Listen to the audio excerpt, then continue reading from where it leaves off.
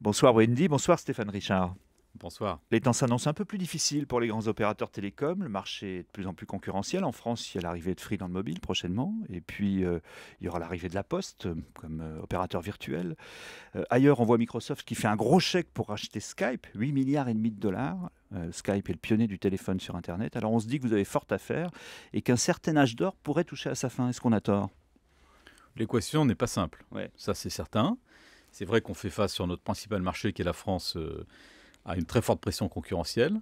Au moins ça sera une satisfaction pour tous ceux qui croyaient ou qui disaient qu'il n'y avait pas assez de concurrence sur ce marché. Ils vont être servis. Mm. Il y a une concurrence très forte. Ça n'est pas pour nous le seul terrain d'expression puisqu'on est présent dans beaucoup d'autres pays, en Europe, en Afrique, au Moyen-Orient. Grâce au ciel, on a aussi des zones dans lesquelles on est là vraiment plutôt en progression et dynamique. Et même sur la France, je veux dire quand même ici que la concurrence ne nous fait pas peur. On y est prêt. Je crois qu'on a des atouts très solides pour résister face à tout cela.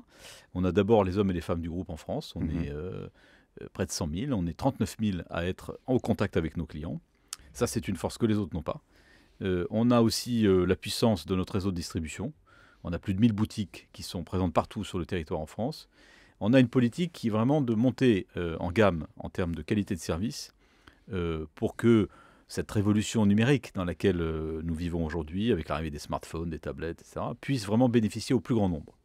C'est ça un peu notre idée, notre idée. Et bien entendu, on cherchera toujours à être compétitif sur le terrain des prix, puisque c'est bien entendu un critère très important. Il faut qu'il y ait une proposition de valeur faite à nos clients qui soit compétitive dans cette concurrence renouvelée et très forte. Et nous y travaillons bien sûr beaucoup aussi. Équation difficile, vous le disiez, vous avez récemment réuni les investisseurs pour leur présenter votre stratégie. Ce qui frappe d'abord, c'est l'ampleur des investissements que vous envisagez. 6 milliards d'euros par an, c'est 12% du chiffre d'affaires. Il s'agit de faire face à l'augmentation des débits, hein, c'est ça l'enjeu. Oui, on a dans notre industrie un phénomène gigantesque qui est l'explosion des usages Mhm. en mobilité surtout, mais aussi sur les réseaux fixes, qui est en particulier lié à l'arrivée de tous ces nouveaux terminaux, les smartphones, les tablettes, bientôt les TV connectés. Et ceci entraîne une augmentation du trafic sur les réseaux qui est énorme, hein. Je donne juste un chiffre. Sur le réseau mobile parisien, notre réseau, actuellement, le trafic de données en volume augmente de 5% par semaine. Ça fait 5% par 5% semaine. par semaine, ça fait une multiplication par 12 dans l'année. Donc vous voyez un peu l'ampleur du phénomène. Et évidemment, pour qu'on puisse accompagner ce mouvement, faire en sorte qu'il n'y ait pas de congestion dans les réseaux et que les gens puissent, nos clients puissent profiter de leurs terminaux partout dans les meilleures conditions, il faut qu'on investisse dans les réseaux. Ça coûte cher l'investissement. Alors pour alléger la charge, sans obérer la rentabilité, vous avez plusieurs leviers. Il y a un programme d'économie qui pourrait être l'emploi. On voit que l'espagnol Telefonica, qui est dans la même situation que vous, va supprimer 8 000 emplois. Pour vous, au contraire, vous allez en créer 10 000 en 3 ans. Ça peut surprendre. Oui, on en crée 10 000 qui ne sont pas un solde net de 10 000 emplois, naturellement, puisqu'il y a des départs Mhm. aussi naturels et des départs à la retraite. On a mis en place un dispositif de temps partiel pour les seniors qui connaît un assez grand succès. Et donc, les recrutements que nous faisons sont, je dirais, d'une part destinés à compenser ces départs. Mhm. Et c'était aussi très clairement, ils ont été décidés pour envoyer un message très fort et très, je dirais, volontariste par rapport au futur. Parce que France Télécom est un peu dans une spirale et une ambiance de déclin depuis des années. Ça se traduit aussi par l'emploi et ça a eu un impact évident sur le moral des troupes, on l'a bien vu. Mhm. Il faut qu'on retrouve le chemin un peu de l'optimisme, de la foi en l'avenir. Et ça aussi, ça passe par le fait de faire venir des jeunes chez nous. Donc c'est vrai que c'est une décision qui n'était pas évidente à prendre, mais je l'assume complètement. Je pense qu'on a aussi une pyramide des âges, nous, qui nous permet d'avoir du temps devant nous pour réamorcer cette pompe, je dirais, à 109 et à recrutement, tout en pouvant gérer nos équilibres d'effectifs d'une façon qui soit quand même financièrement acceptable dans le temps. Juste un mot complémentaire sur le climat social. Vous avez frappé les esprits en reconnaissant sans barguigner, presque instantanément, comme accident du travail, le suicide par le feu d'un salarié de Mérignac il y a quelques semaines. C'est un signe aussi. Oui, moi je crois à deux choses. D'une part, aux actions et aux chantiers, et Dieu sait qu'on en a lancé depuis un an et demi, et aussi à quelques symboles forts. Dans ce cas terrible qu'on a connu il y a quelques semaines, il y avait tellement caractéristiques, je dirais, qui montraient à l'évidence un lien entre le geste de cet homme et son passé professionnel, que je pense que tergiverser là-dessus, laisser les procédures se dérouler, n'aurait rien apporté d'autre que, je dirais, l'entretien d'un ressentiment qui est bien compréhensible. Donc, je l'ai fait, effectivement, dans des délais très courts, parce que je crois qu'il est très important que l'entreprise, à travers son président, montre à tout le monde, à la société française, à l'opinion publique et au corps social, qu'elle n'est pas dans le déni par rapport à ce qui s'est passé et qu'elle est capable aussi d'apporter des réponses rapides sur des sujets aussi symboliques et forts que celui-là.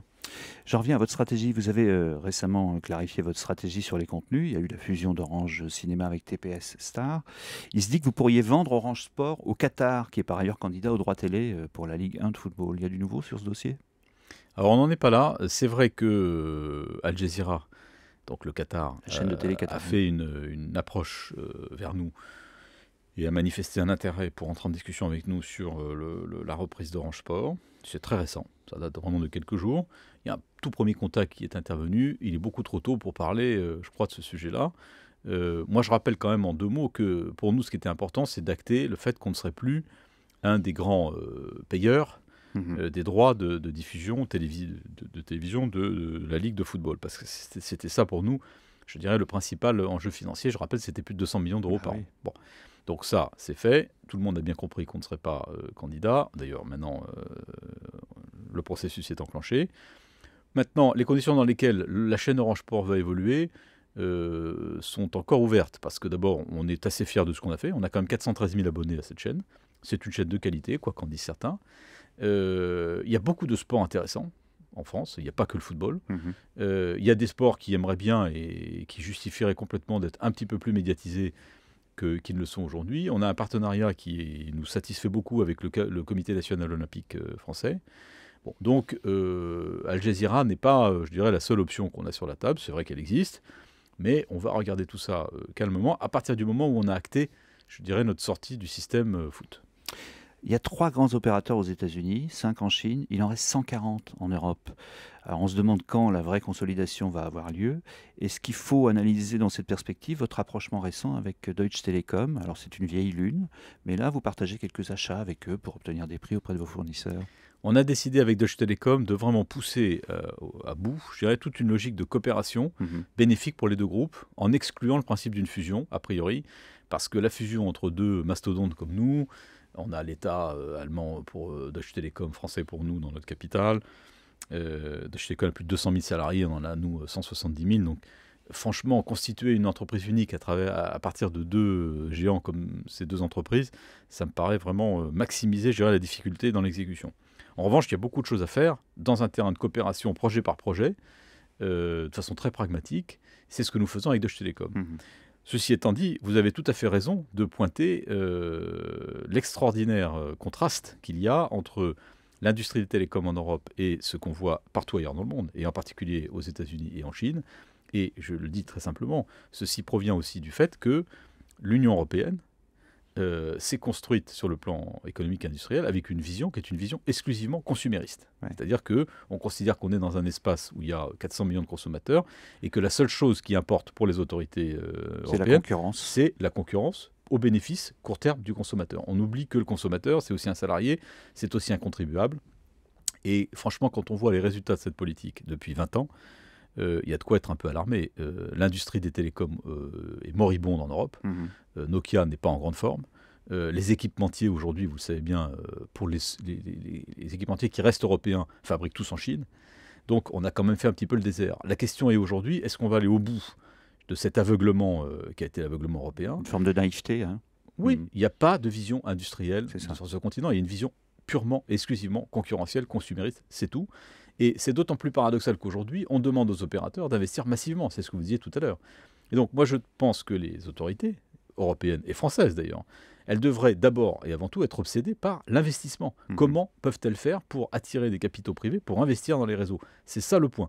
Plus que d'aller chercher un énième train de mesures démagogique pour faire plaisir, soi-disant, à quelques associations de consommateurs. Merci beaucoup, Stéphane Richard.